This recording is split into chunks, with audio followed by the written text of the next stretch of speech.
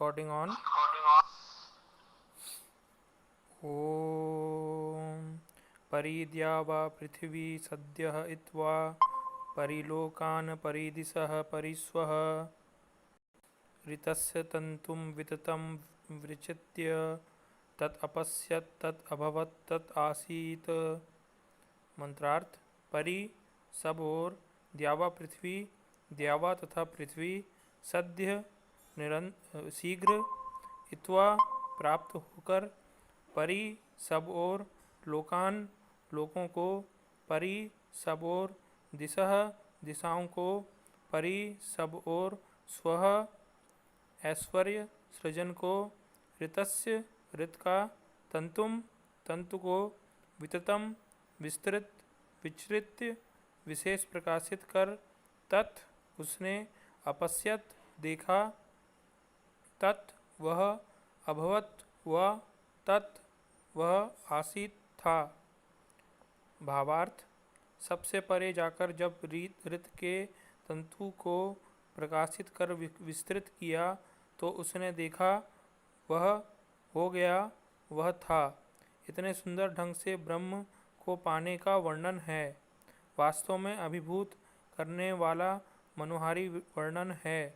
परमात्मा को पाने के लिए सबसे परे जाना होगा।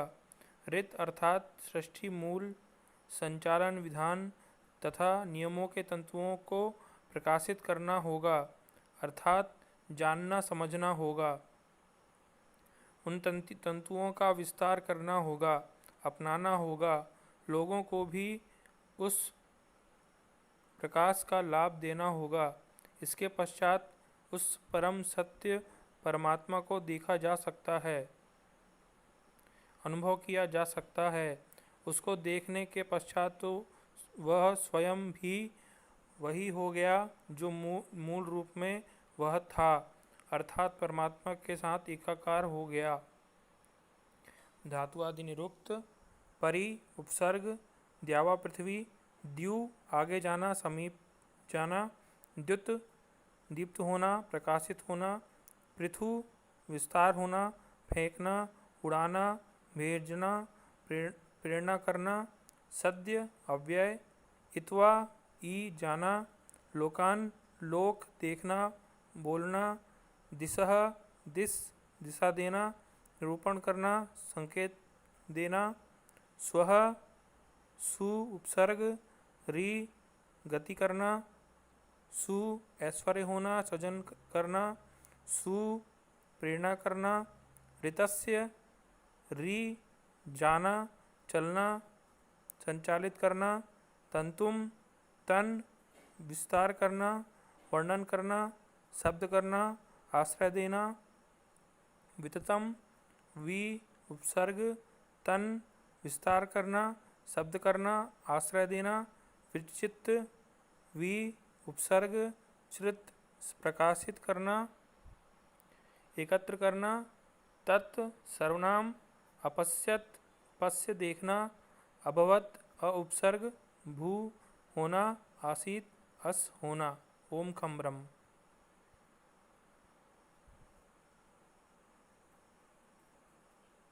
ओम हम ब्रह्म।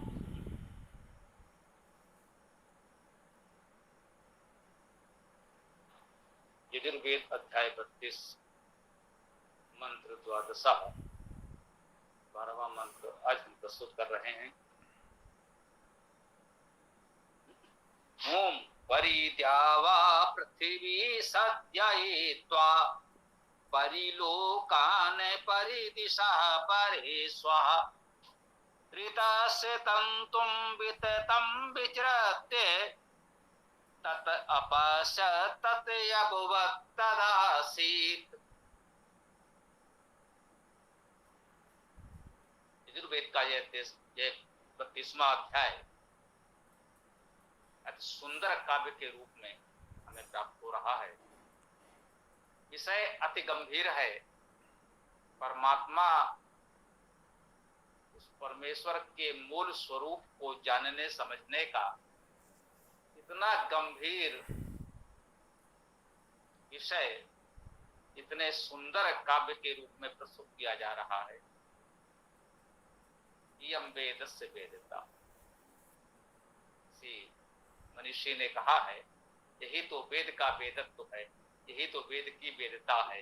इयं वेदस्य वेदता, जो कहीं संभव न हो वो इस वेद में संभव हो जाता है।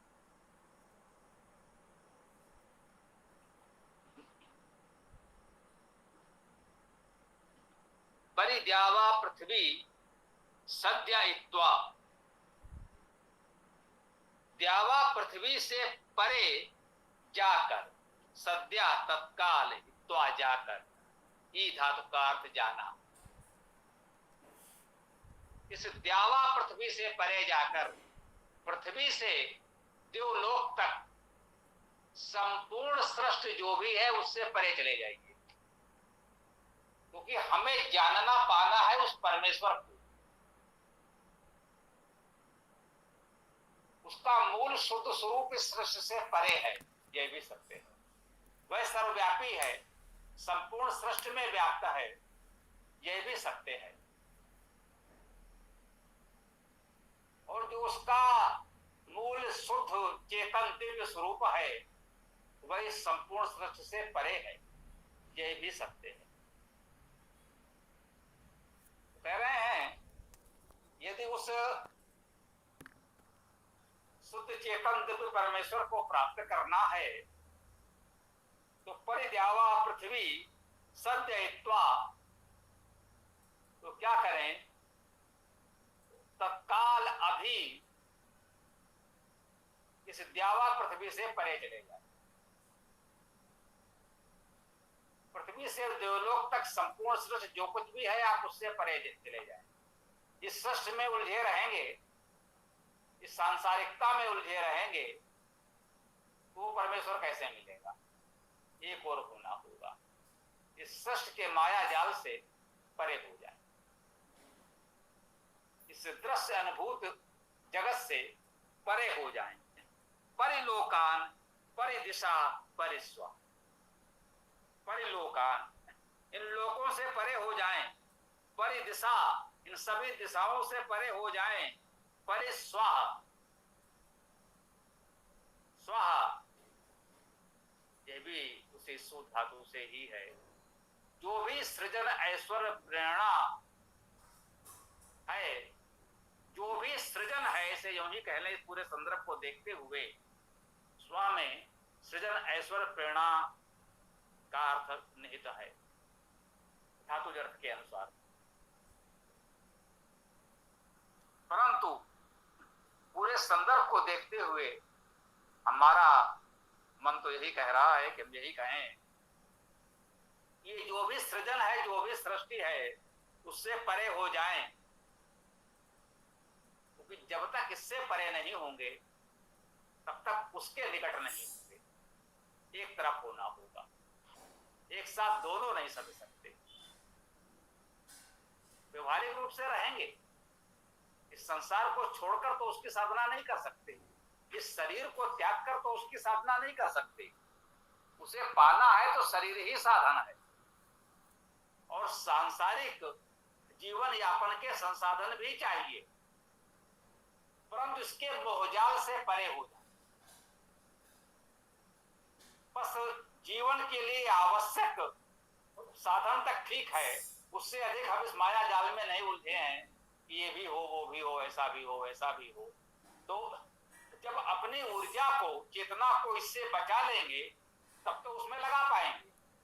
भाव इतना सा है, जीवन यापन के लिए भोजन आदि जो न्यूनतम आवश्यकता है वो तो रहेगी, और अधिक कि लोभ से बचकर निकल जाए। तेन त्यक्तेन भुंजीथा मागधा कश्चित् वनम, त्याग पूर्वक भोग करें, लोभ लालच से परे हो जाएं। तो क्या करें? ऋतस्य तंतुम विततम विचरते, जो इस ऋत का तंतु है, इस द्यावा पृथ्वी के विस्तार से परे हो जाएं, और जो ऋतस्य तंतुम, इस रथ का तंतु है, इस रथ का विस्तार है। विततम, इस विस्तार को विचरत प्रकाशित करें। इस सांसारिकता से परे होकर इस संसार को, इस सृष्टि को चलाने वाले जो मौलिक मूलभूत सृष्टि के नियम हैं, उनको समझने का प्रयास करें। ऋतस्य तंतुम विततम विचरत। तंतु का अर्थ धातु अर्थ विस्तार होगा। सूत्र धागा भी कहलाता। यद्यपि ये एक प्रकार से योग रूढ़ अर्थ होगा। धागा थोड़ा सा होता है और वो फैलता चला जाता है, बहुत आकार उसका बढ़ता चला जाता है, आप जिससे चले जाइए। तो इस विस्तार को कहा गया। जो ये सृष्टि के संचालन नियम है, ऋत है, इसका विस्तार अनंत है। तंतु शब्द का अर्थ विस्तार ही है। ऋत तंतु, ऋत के विस्तार को विततम विचरत, विस्तृत और प्रकाशमान करके उसे समझिए। क्या करेंगे? जब ऐसा हम कर लेंगे, जब इस सृष्टि के संचालन नियम को, ऋत को, उसके विस्तार को जान समझ लेंगे, उसको प्रकाशित कर लेंगे। प्रकाशित करने का अर्थ स्पष्ट है, उसको जानना, समझना, अनुभव करना। जब इस ऋत को हम प्रकाशित कर लेंगे अपने भीतर, अपनी चेतना में, अपने बुद्धि विवेक में, उस ऋत को प्रकाशित कर लेंगे, उस ऋत को समझ लेंगे, तब क्या होगा? इतना सुंदर काव्य क्या कह रहे हैं देखें। फिर होगा क्या? तब अपश्यत, उसको देखा। शब्द साथ तत्, वह उसको, अपश्यत देखा।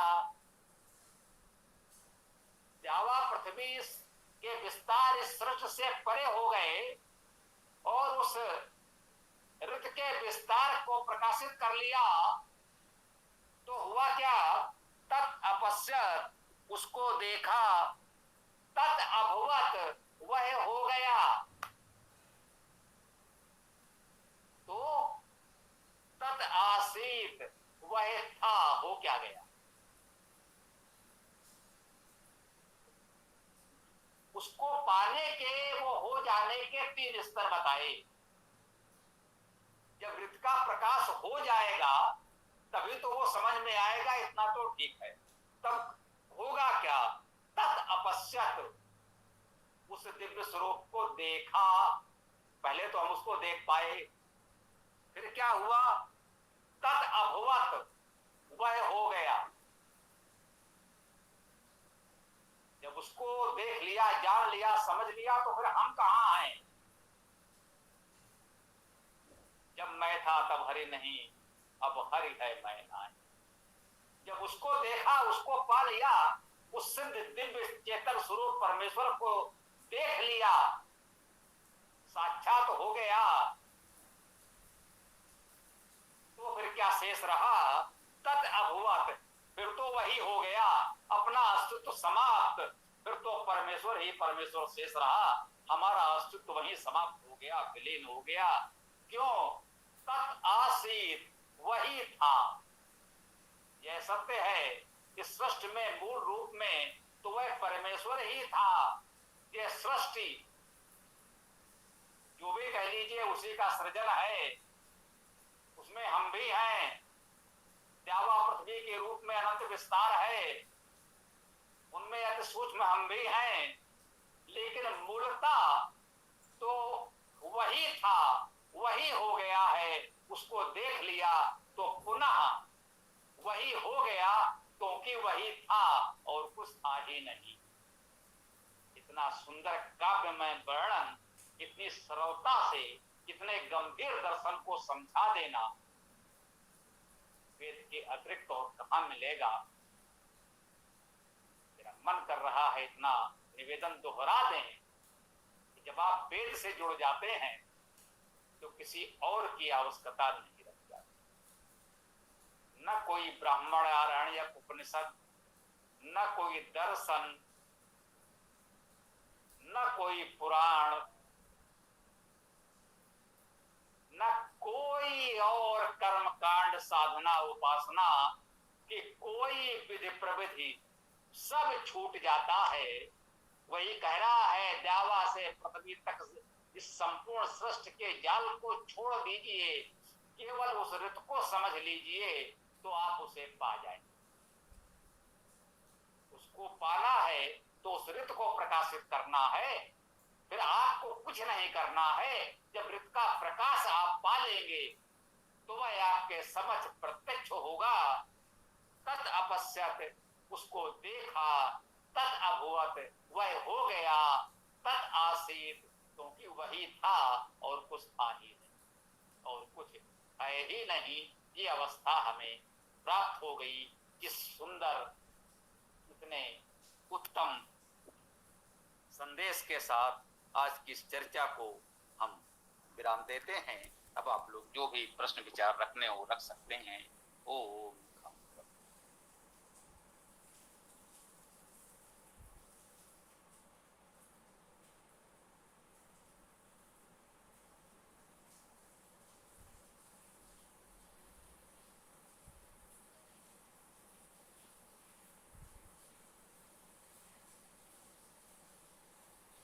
जी बताएं, जिसको जो भी कहना हो बोले, चर्चा चलती रहे, विराम नहीं होना चाहिए। वो स्वामी जी, क्या ऋत को समझने के लिए वेदों को पढ़ना जरूरी है?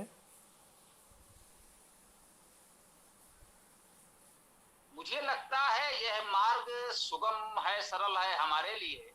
यदि किसी के पास और कोई मार्ग हो तो हो, हम नहीं कह सकते।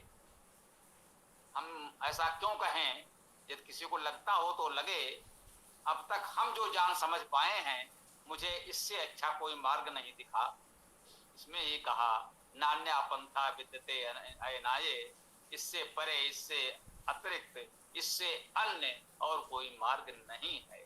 हाँ शिवानी जी बोलिए, कुछ कहना चाहते हैं? बहुत बहुत धन्यवाद स्वामी जी।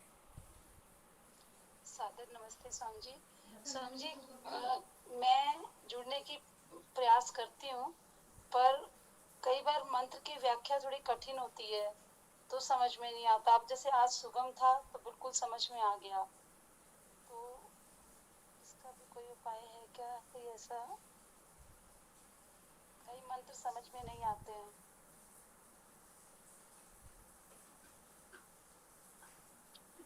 उसके लिए मुझे मतलब ये कुछ ग्रामर कक्षा पढ़नी इसीलिए पड़ेगी। मैं ये पूछना चाह रही हूँ जी, इसके लिए मुझे कुछ और पढ़ना पड़ेगा जिससे मुझे ये आसानी से सुगमता से समझ आ जाए।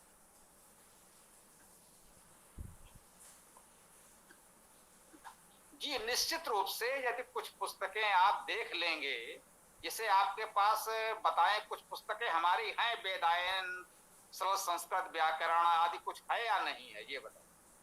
जी स्वामी जी, है तो सही, पर उसमें क्या मार्गदर्शन की आवश्यकता नहीं है? अपने आप से पढ़ने से समझ में आ जाएगा उन पुस्तकों से? सही चीजें उसमें भी क्या धातु याद करनी पड़ेंगी? सभी धातुएं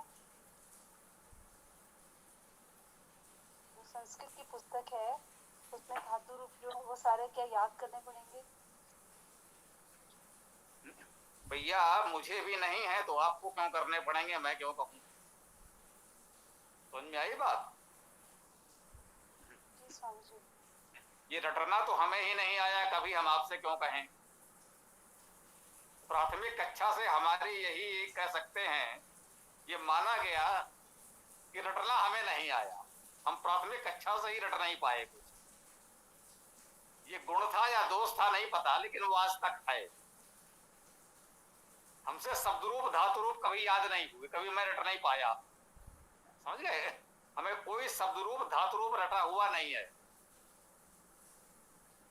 तो निश्चित रहें, हमारे प्रणाली में कुछ भी आपको रटना नहीं है, समझना है। पुस्तक लेकर बैठें और उसका उपयोग करें संदर्भ ग्रंथ के रूप में। जैसे शब्दकोश आपके पास होता है, शब्दकोश रटा नहीं जाता। जो शब्द देखना होता है उस समय देख लिया जाता है। फिर शब्दकोश रख दिया जाता।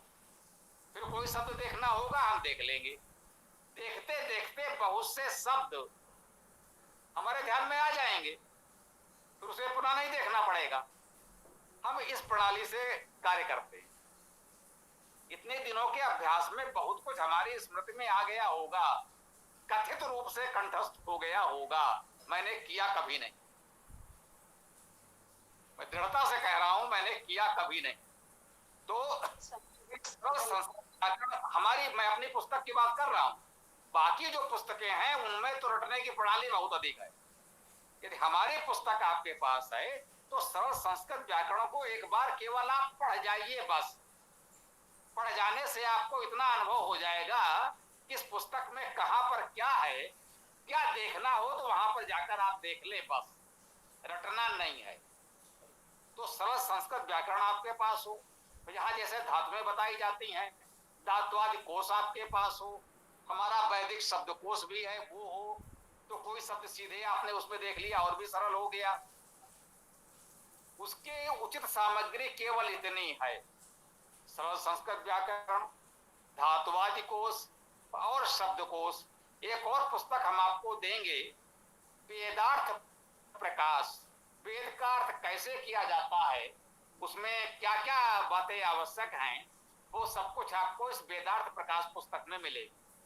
ये पुस्तकें आपके पास हो तो आपको सुविधा होगी, एक बार पढ़ लेंगे तो थोड़ा सा एक अनुभव हो जाएगा कि इसमें कहाँ क्या है, और उसको देखकर आप उपयोग कर पाएंगे। रटना नहीं है, मैं पुनः कह दूं, पुस्तक आपके पास होनी चाहिए। एक बार आप उसे पलट लीजिए तो इतना अनुभव हो जाए किस पुस्तक में कहां पर क्या है। तो अभी भी मैं कार्य करता हूं तो पुस्तकों से ही कार्य करता हूं, ये पुस्तकें ना हो तो मैं भी नहीं कर सकता। हाँ, ये ठीक है किसी के लिए भी, ये कहें पुस्तकों से सब कुछ हो जाता तो फिर अध्यापक की क्या आवश्यकता होगी। तो लिखते समय हमने बहुत प्रयास किया है कि पुस्तक से आपकी बात पूरी हो जाए, पढ़ाने के लिए हम ना हो तो वही बात बन जाए। फिर भी यदि उसमें कहीं कोई समस्या लगती है तो अभी तो हम उपलब्ध हैं। वेद कक्षा इसीलिए है, जो समझ में ना आए वो यहाँ पूछिए। भाई वेद कक्षा का यही तो उद्देश्य है, पुस्तक में पढ़ें, जो समझ में ना आए वो यहाँ पूछें, और भी वीडियो पढ़े हैं उनको देखें, कुछ समझ में आएगा। न समझ में आए तो वेद कक्षा में खुलकर प्रश्न करें कि ये बात हमारी समझ में नहीं आई, हम उसको पुनः और स्पष्ट करने का प्रयास करेंगे, और ये क्रम चलता रहे। हम आपको बताएंगे और आप ऐसे ही दूसरों को बताएंगे, ये क्रम चलता रहना चाहिए। यही इस कक्षा का उद्देश्य है। ओ जी स्वामी जी, धन्यवाद, सादर नमन।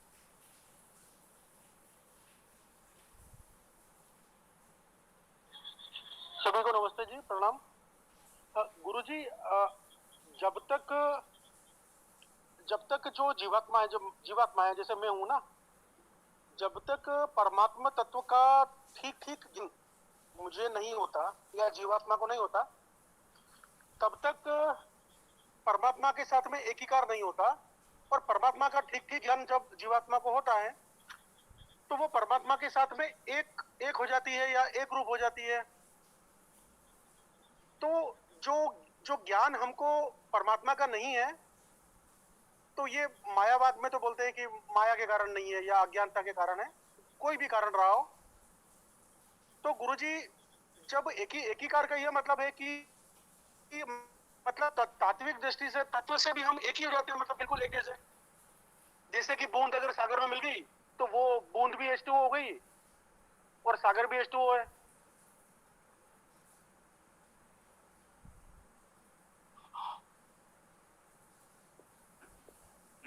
आपने ठीक कहा, और जो मंत्र आज हम लोगों ने पढ़ा लगभग यही संदेश दे रहा, इसमें कोई संदेह नहीं है। इस मंत्र का संदेश भी हमें कुछ ऐसा ही प्रतीत हो रहा है। कोई दूसरा विद्वान कुछ और भावार्थ निकालना चाहे तो मुझे कोई आपत्ति नहीं है, परंतु मुझे कुछ ऐसा ही संदेश इससे ग्रहण हो रहा है, मैं स्वीकार करता हूं। जो आपने कहा बिल्कुल ठीक कहा कि पानी हेते हिम भया, हिम हो गया बिलाए, जो कुछ था सोई भया, अब कछ कहा न जाए।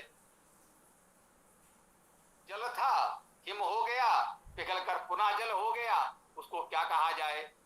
बूंद समानी समुद्र में सो कत हेरी जाए।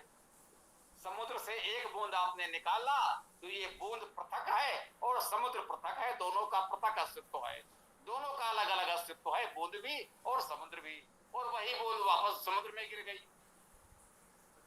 तो बूंद समाने समुद्र में सो कत हेरी जाए।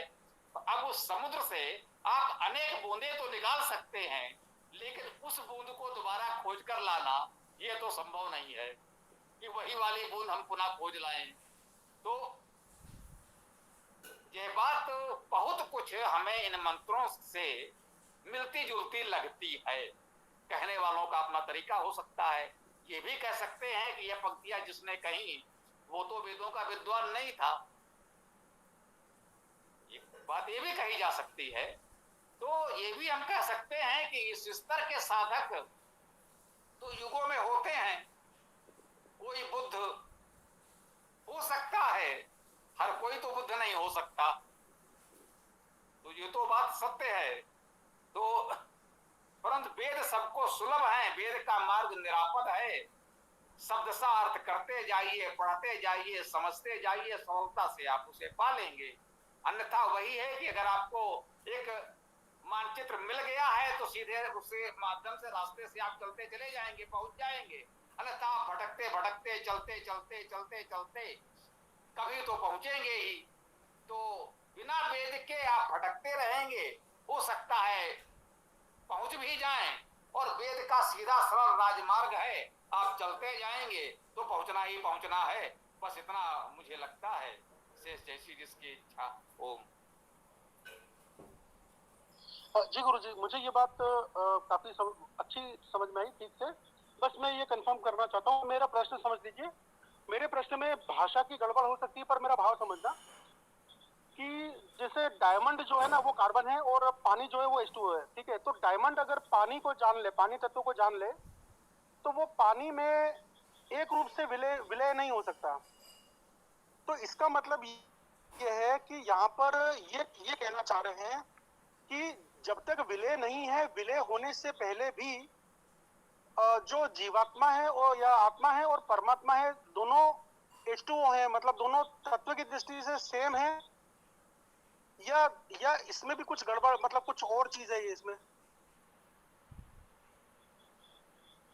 देखिए, यही हमने कहा है कि थोड़ा सा ये ध्यान रखें कि एक दार्शनिक चर्चा का विस्तार ये रविवार की प्रातःकालीन कक्षा का विषय तो है, ये नित्य की वेद मंत्र का नहीं है। हो सकता है कुछ लोग और कुछ कहना भी चाह रहे हों, जैसे अभी शिवानी जी ने कहा कि समझ में आने वाली बात।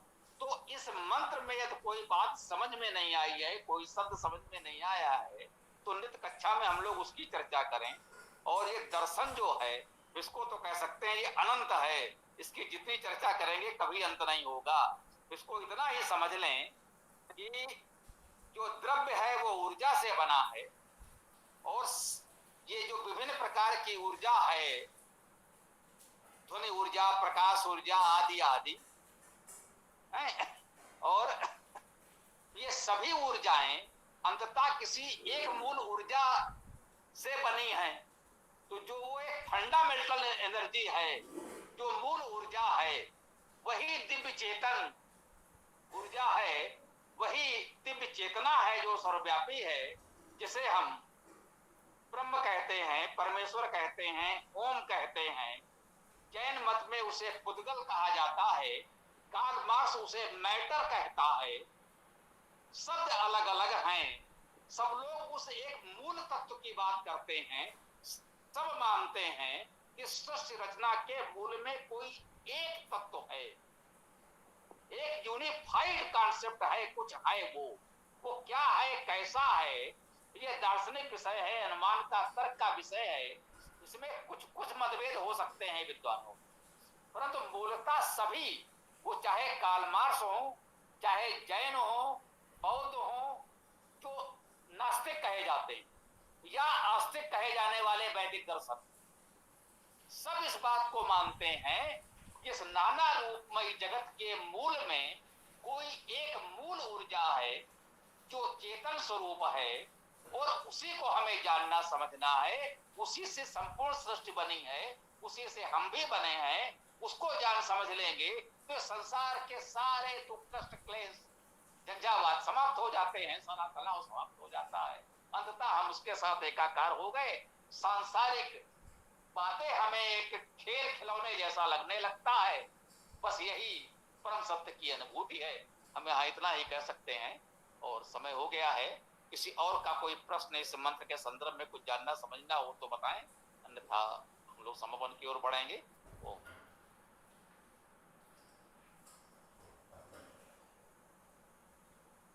जी धन्यवाद गुरु जी। स्वामी जी नमस्ते। ये विचलित शब्द को क्या विशेष प्रकार से गतिशील रहना है या विशेष प्रकार से विचरण करना है, ऐसे कुछ आशय में आएगा? इसमें चिरत प्रकाश करना लिखा हुआ है, तो विचलित का अर्थ हो गया विशेष प्रकाश करके। तो उस ऋत को प्रकाश कर लेना है, ऋत को प्रकाशित करना है अपने में, अर्थात ऋत को प्रकाशित हो जाए, ऋत का प्रकाश हो जाए, ऋत को जान समझ लिया जाए। तो इसमें तो यही अर्थ किया गया कि धातु सही थी जी। धन्यवाद।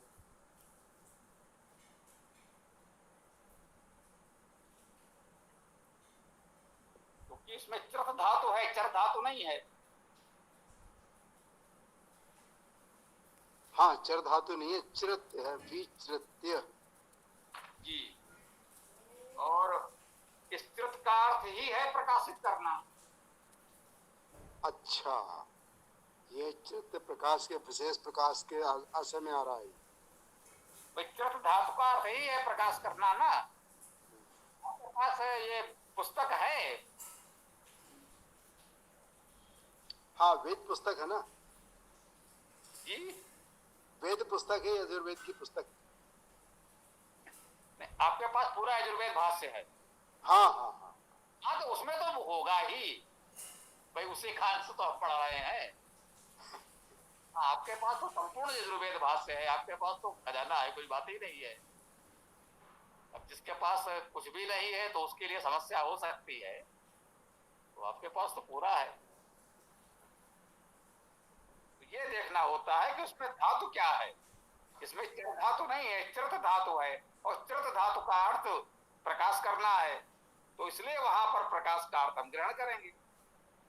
ये देखना होता है हमको। स्वामी जी। जी बोलें। स्वामी जी, क्या आप ब्रह्म, जीव और प्रकृति तीनों को अलग अलग मानते हैं या फिर एक ही मानते हैं?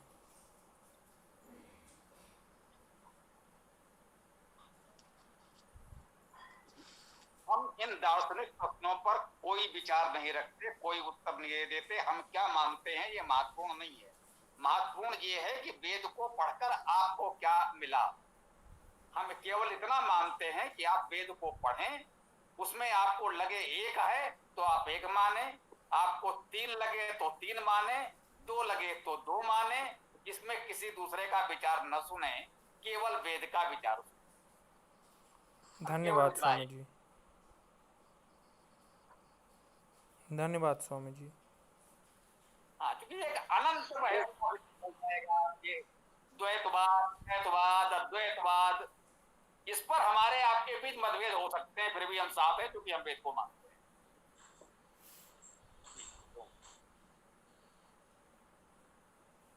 जी स्वामी जी, ठीक कह रहे हैं आप। वैसे ही पहले ही बहुत सारे हिंदू धर्म में बहुत सारे विभाग हो चुके हैं। कोई दुर्गा को मानता है, कोई शिव जी को मानता है, कोई राम को मानता है। बहुत सारे पहले से ही विवाद हो चुके हैं। इसलिए एक वेद मत को मान करके सबको एक साथ रहना चाहिए, ये बिल्कुल सही है। हरीश जी कहना चाह रहे हैं तो हरीश जी बोले। बात पूरी हो गई स्वामी जी।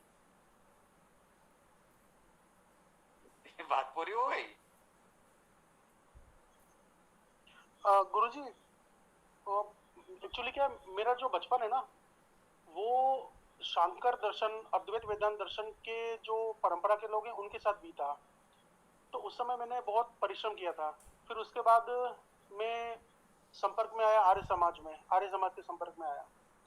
तो धीरे धीरे उनके तर्क मैंने देखे, सब कुछ देखा, लेकिन मैं वेदाध्ययन कर नहीं पाया। जैसे कि आजकल मैंने पढ़ना शुरू कर दिया, आपने पढ़ाना शुरू किया, मैंने पढ़ना शुरू किया, तो मेरे मन में ये बड़ी ग्लानि या बहुत बड़ी पीड़ा थी कि मैंने इतनी मेहनत बेकार कर ली, या मुझे कई सारी बातें जो शंकर दर्शन की थी वो बहुत सही लगती थी, मतलब लॉजिकली सही लगती थी, लेकिन बाद में फिर मुझे वो पीड़ा होने लगी। लेकिन आज आपकी ये बात सुनकर के और मेरी वो पीड़ा शांत हुई कि मुख्य ये है कि हम वेद का अध्ययन करें, है ना। और अगर हमको उसमें अद्वैत समझ में आ रहा है, त्रेत समझ में आ रहा है, द्वैत समझ में आ रहा है, तो वो इतना इंपॉर्टेंट नहीं है, जो वेद से जो समझ में आ रहा है वो ज्यादा इंपॉर्टेंट है। जी, सिद्धांत ये है कि वेद प्रमाण है, व्यक्ति नहीं। स्वामी शरण से भूल चूक हो सकती है, वेद से नहीं। हमारे लिए वेद प्रमाण है। मेरी बात प्रमाण नहीं है, वेद की बात प्रमाण है। ये सभी कहते आए हैं वेद ही प्रमाण है। दयानंद ने भी यही बात कही कि वेद प्रमाण है, व्यक्ति नहीं। वेद वाक्यम प्रमाणम चलेगा, बाबा वाक्यम प्रमाणम नहीं चलेगा। अब कुछ असामाजी ये चूक करते हैं कि दयानंद को ही बाबा वाक्यम प्रमाणम बना देना चाहते हैं, तो ये हास्यास्पद हो जाता है। दयानंद ने हमको यही सिखाया कि वेद वाक्यम प्रमाणम चलेगा, बाबा वाक्यम प्रमाणम नहीं चलेगा। अब लोग दयानंद को सामने लाना चाहते हैं, हमारी किसी बात का कुछ नहीं कहा। अरे भाई, वो तो अब दयानंद जी ने क्या कहा क्या नहीं कहा पता नहीं, तुम कितना समझ पाए, तुम दयानंद को समझने लायक हो भी कि नहीं। मतलब हम ऐसे शब्दों में नहीं कहना चाहते हैं किसी को। जब कोई बात करता है तो मेरा प्रयास होता है कि ऐसे शब्दों में ना कहा जाए, लेकिन सामान्य रूप से कह सकते हैं कुछ ऐसे लोग हैं कि दयानंद को समझने लायक भी तो तुम्हें होना पड़ेगा। तुम्हारे अंदर इतनी योग्यता तो हो कि तुम दयानंद को समझ सको। और दयानंद को हथियार के रूप में तो हमारे सामने खड़ा करना चाहते हो कि हमारी कोई बात है और तुमको करना है, तो कहीं से कुछ आधी लाइन पता नहीं कहां से उठा लाए, किस रूप में दयानंद को। तो उसका एक ही उत्तर होता है कि दयानंद जी ने यही सिखाया है, वेद वाक्यम प्रमाणम चलेगा, बाबा वाक्यम प्रमाणम नहीं चलेगा। आप वेद मंत्र खोज कर लाइए, हम मान लेते हैं। अब वो बेचारे वेद मंत्र खोज कर कहां से लाए, कभी वेद पढ़ा हो तब तो। स्थिति यह है, वेद तो भाई ने देखा नहीं, पढ़ना तो दूर की बात है, अब वो वेद मंत्र खोज के कहां से लाएंगे। तो ये बहुत अच्छी बात है कि हम सब लोग स्वतः वेद का स्वाध्याय करें, और जो वेद में हमको मिल जाए हमारे लिए वही सत्य है। अन्य बातों पर मतभेद को लेकर कोई विवाद नहीं, हम सब वेद को मानते हैं, इसलिए वैदिक है और एक है। वेद को मानने वाले सब एक हैं। अन्य विषयों पर मतभेद हो तो बने रहे, कोई समस्या नहीं है। इस पर हम लोग विचार करते हैं, ठीक है ना। ये हम लोगों का एक अपना विचार है, मत है, कह सकते हैं। ओ जी धन्यवाद स्वामी जी।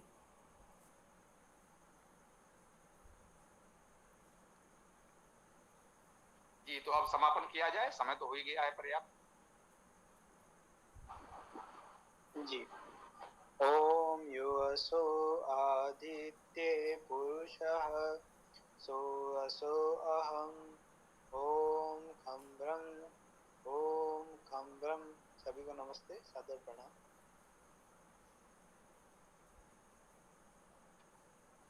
ओम योऽसो आदित्ये पुरुषः सो असो अहम् ओम खं ब्रह्म। नमस्ते सभी साथियों को। ओम असो आदित्य पुरुषः सो असो अहम ओम खम ब्रह्म। सभी को सादर नमस्ते। ओम यो असो आदिते पुरुषः सो असो अहम ओम क्रम ब्रह्म। सभी को सादर नमस्ते जी। श्रोता ओम बेटे दोबारा बोलिए इसको, खम नहीं है, खम है। बोलिए दोबारा इसको। ओम यो असो आदिते पुरुषः सो असो अहम ओम क्रम ब्रह्म खम नहीं, खम ब्रह्म, खम ब्रह्म। ओम खम ब्रह्म। ओम हाँ, ओम क्रम ब्रह्म। हाँ। सभी को सादर नमस्ते नहीं, जी। क्रम नहीं, खम का खा खम। हाँ, जैसे बोलते ना कं कह, तो वैसे खं खा है तो खम ब्रह्म। इसमें भैया भैया धन्यवाद, ये मेरा शाबाश। छोटा है अभी 11 साल का, तो कोई अभी बात उसे नहीं, तो बताना हाँ पड़ेगा अभी ना। सीख रहा है। जैसे हाँ अपन लोग जी भैया। जैसे अपन 12 खड़ी में पढ़ते हैं ना, कं कह, तो वैसे खं खं खा खम ब्रह्म, ऐसे। शाबाश। जी। बहुत प्रसन्नता की बात है कि छोटे छोटे बच्चे हमारे साथ वेद मंत्र पढ़ रहे हैं। उनको प्रोत्साहित करें, वो जैसा पढ़ रहे हैं उन्हें पढ़ने दें, धीरे धीरे सुधार हो जाएगा। छोटे से जी स्वामी जी, ये तो निश्चय प्रसन्नता की बात है। हाँ, बच्चे अत्यंत प्रसन्नता की बात। वे सुन करके ही हमें परम आनंद आता है, बहुत अच्छा लगता है, कह सकते हाँ, हैं हम, बहुत आनंद आता है हमारे साथ वेद मंत्र पढ़ रहे हैं। जी जी। ॐ यो असौ आदित्ये पुरुषः सो असौ अहम्। ॐ खं ब्रह्म, ॐ खं ब्रह्म, ॐ खं ब्रह्म। सबको सादर नमस्ते। स्वामी जी महाराज आपको भी सादर नमस्ते।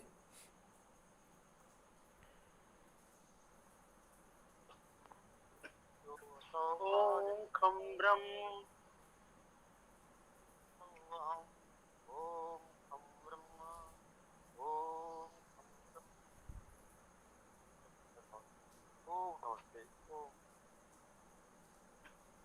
कल सायंकाल 7:30 बजे इस वेद कक्षा में हम लोग पुनः मिलते हैं। ओम स्वस्ति, ओम नमस्ते, ओम खम ब्रह्म, ओम खम ब्रह्म, ओम खम